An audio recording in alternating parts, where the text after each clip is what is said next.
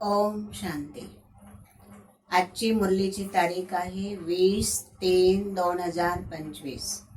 आज बाबा सांगतात, माझ्या गोड मुलांनो, या पुराणी दुनियाचं सुख अल्पकाल क्षणभंगूर आहे। ह्या ठिकाणचं कोणतंही सुख तुमच्याबरोबर जाऊ शकत नाही।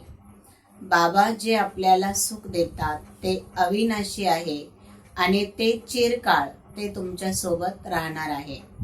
बाबा पुढे प्रश्न विचारतात की मुलांनो, बाबा असं कोणतं शिक्षण मुलांना देत नाही? तर बाबा म्हणतात की मी प्रत्येकाच्या मनामध्ये येऊन काय चाललेलं आहे हे कधीही विचारत नाही, किंवा असं शिक्षण बाबा कधीही आपल्याला देत नाही। बाबा म्हणतात की मुलांनो, मी नॉलेजफुल जरूर आहे, बाबा जानी जाणनहार आहे, परंतु प्रत्येकाच्या मनामधलं थॉट रीडर म्हणजे प्रत्येकाच्या मनामधलं काय चालतं मी हे कधीही मुलांना शिकवत नाही। पुढे बाबा सांगतात की मुलांनो, तुमची बुद्धी यासाठी माझ्याकडे क्लीन आणि क्लिअर पाहिजे।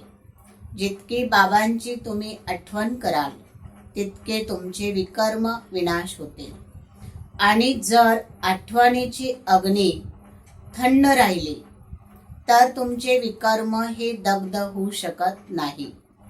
बाबा म्हणतात की सतयुगामध्ये आत्मा ही सतोप्रधान होती, काया तुमची निरोगी कंचन होती, आणि कलियुगामध्ये आत्मा पतित झालेली आहे। शरीर देखील निरोगी ऐवजी रोगी बनलेला आहे। अशा शरीराला आणि आत्म्याला पावन बनवण्यासाठी बाबा आपल्याला सांगतात की तुमची योग अग्नी म्हणजे यादची यात्रा ही अग्नीच्या रूपाने असली पाहिजे। जसं सोनं अग्नीमध्ये टाकल्यानंतर सोन्याला स्वतःचं स्वस्वरूप जागृत होतं, तसं आत्मा सुद्धा संपूर्ण सतोप्रधान बनू शकते।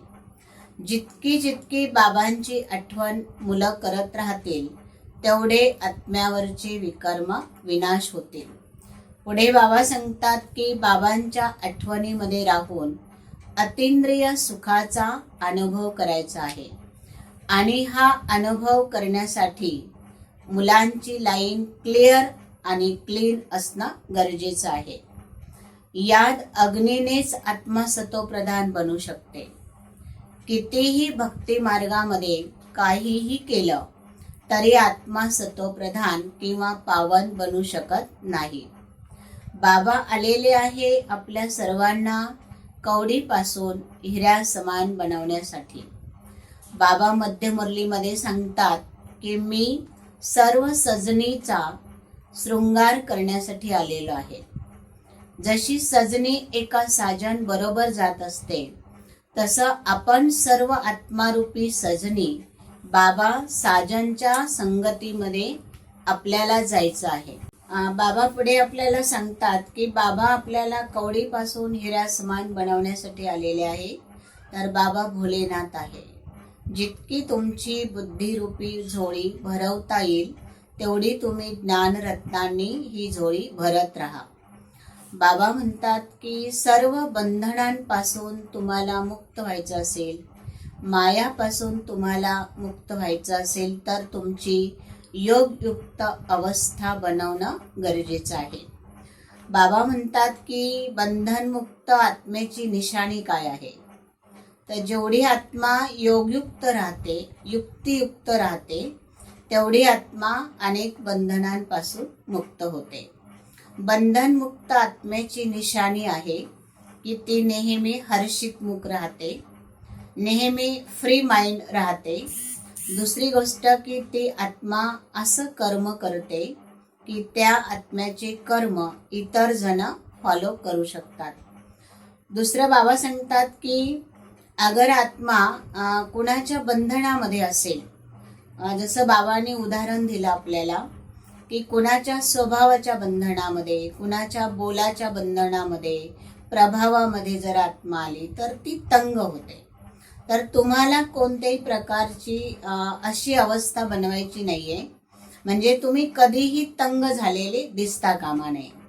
बाबा पुढे सांगतात की जर करण करावन हार बाबांची स्मृती तुम्हाला कायम राहिली तर तुम्ही नेहमी हलके राहाल, नेहमी लाईट राहाल आणि नेहमी खुश राहाल. दुसरं बाबा पुढे सांगत असतात की आपल्याला मुलांनो, जे बाबा या ठिकाणी डायरेक्शन देतात, बाबांची जी श्रीमत आहे ती श्रीमत तुम्ही नेहमी प्रत्येक पावलामध्ये 100% धारण करायचे आहे. प्रत्येक पावलामध्ये बाबा आपल्याला एका कदमामध्ये पद्माची कमाई करून देण्यासाठी आलेले आहे. चालता फिरता बोलता कर्म करता प्रत्येक पावलात बाबांचं श्रीमत 100% आपण धारण करायचं आहे. जर आपण ह्या बाबांच्या डायरेक्शनानुसार चाललो तर आपल्या जीवनामध्ये 100% प्राप्ती आहे. पुढे बाबा सांगतात की तुमचं ब्राह्मण जीवन हे संपूर्ण पवित्र जीवन आहे. अपवित्रता ही तुम्हाला दुःख देते. बाबा आपल्याला सत्य ज्ञान यासाठी देतात. सत्य हे प्रत्यक्ष असतं, सत्य हे स्पष्ट असतं आणि सत्य हे ट्रान्सपरंट असतं. म्हणून संपूर्ण पवित्रता हीच तुम्हाला संपूर्ण जीवनामध्ये सुख देऊ शकते. यासाठी तुम्हाला सत्य हे सिद्ध करण्याची आवश्यकता नाही, तर तुम्हाला 100% पवित्रता धारण करणं हे गरजेचं आहे. ओम शांती.